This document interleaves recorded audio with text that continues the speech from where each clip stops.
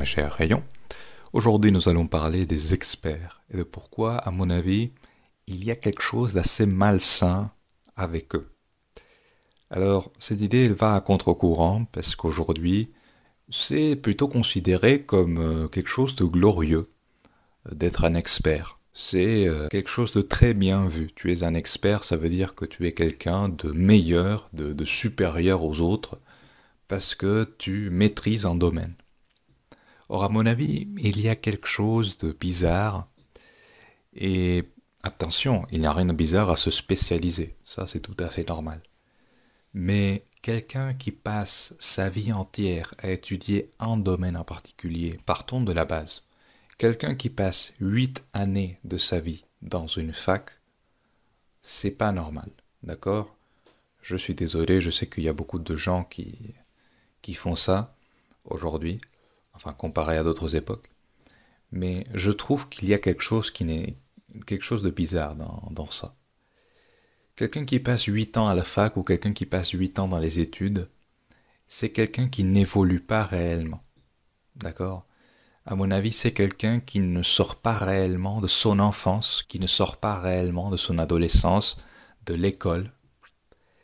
Et rendez-vous compte qu'il y a des gens qui ont passé leur vie à l'école.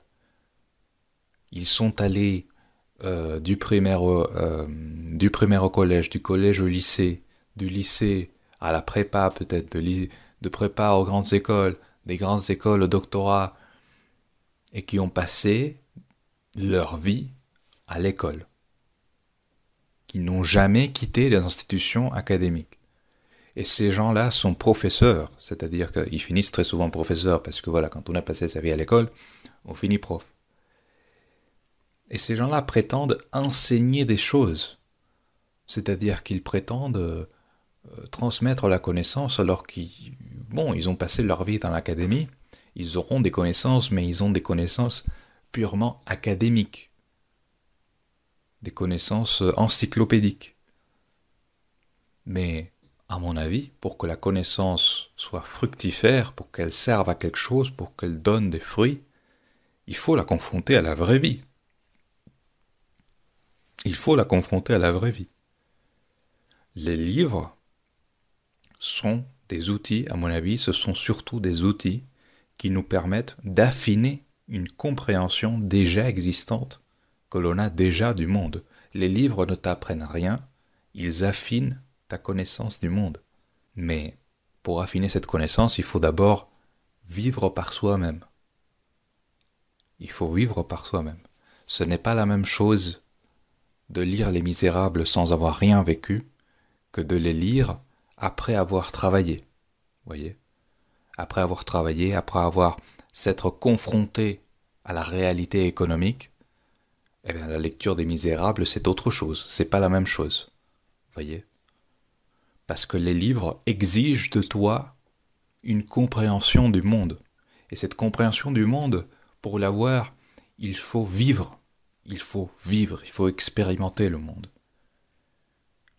Ces gens-là, ils lisent beaucoup de livres, beaucoup de littérature, beaucoup de philosophie, mais ils n'y comprennent rien finalement. Ils ont des connaissances encyclopédiques, ils savent beaucoup de choses, mais ils ne comprennent rien, ils ne comprennent pas ce que ça veut dire. Vous voyez, lorsqu'un philosophe, lorsqu'un bon philosophe, ou lorsqu'un bon romancier écrit, il exprime non seulement une histoire, une fiction, il exprime toute son expérience de vie.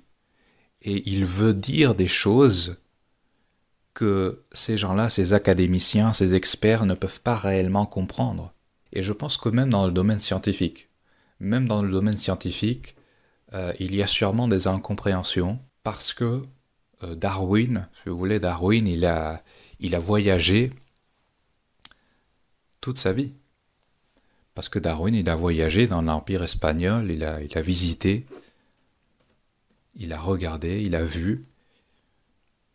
Et je suis sûr que beaucoup de scientifiques ne comprennent pas. Il y a des lacunes de compréhension. Bon, déjà, est-ce qu'ils lisent Darwin? Je le doute très fortement.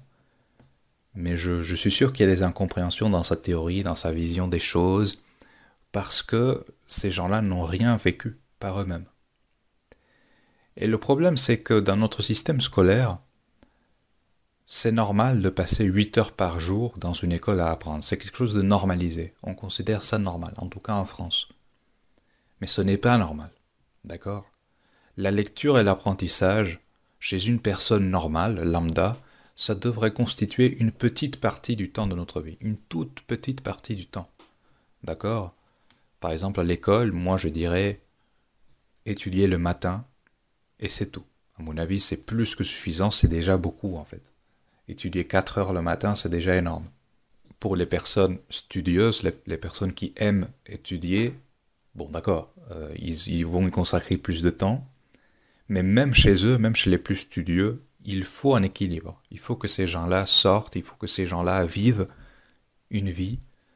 Et je pense que même pour quelqu'un de studieux, la fac n'est pas un endroit très sain, finalement. Je pense que pour quelqu'un de studieux, c'est beaucoup plus sain de faire des voyages, de voyager, de voir des choses, d'expérimenter des choses et en même temps d'étudier. Je pense que c'est très important. Moi qui aime les études, je ne suis pas extrêmement studieux, mais j'aime les études. Je me suis rendu compte que, en fait, ça t'aide à comprendre. C'est pour ça que je fais toutes ces vidéos, parce que j'ai beaucoup étudié aussi. D'accord? Parce que j'ai une vision euh, relativement raffinée de la réalité. Mais ma compréhension de la réalité, c'est la même que celle d'un prolo, en fait. C'est exactement la même. On a vécu la même chose. Le truc, c'est que moi, j'ai étudié. Mais c'est la même que celle du prolo qui n'a jamais ouvert un livre de sa vie. C'est la même. Vous voyez? Et ça, c'est quelque chose que les experts aujourd'hui sont incapables de reconnaître par leur ego. Ils ne vont jamais dire oui, moi je suis comme le prolo, non, moi je suis supérieur à lui. Mais moi je vous dis, ces gens-là sont pareils que le prolétaire qui n'a jamais ouvert un livre de sa vie. Ces gens-là sont pareils que le French Dreamer. Ils sont pareils. Leur compréhension du monde est pareille. À certains égards, je pense que le French Dreamer, il a une vision plus développée que ces gens-là. En fait, une vision plus terre-à-terre, plus réaliste, et finalement plus opérationnelle que ces experts. Et encore une fois, je pense que c'est normal de se spécialiser. Il n'y a rien de plus normal. Il n'y a rien de plus normal. Ce qui n'est pas normal, c'est d'être tellement spécialisé dans un domaine que tu deviens une merde dans tous les autres domaines, que ça t'éloigne de la réalité et que tu finis par être une sorte d'autiste qui ne comprend absolument rien d'autre que son domaine de compétences académiques. Une autre chose qu'il faut comprendre, c'est que tous les domaines se nourrissent entre eux. C'est malsain d'être hyper spécialisé dans un domaine parce que tous les domaines se nourrissent entre eux. Et même dans le domaine scientifique. Science sans conscience n'est que ruine de l'âme. Et ça, c'est quelque chose de très vrai. Et un scientifique qui a aussi des connaissances en littérature, qui a des notions en philosophie, eh bien, ça va être un scientifique qui va être beaucoup plus heureux.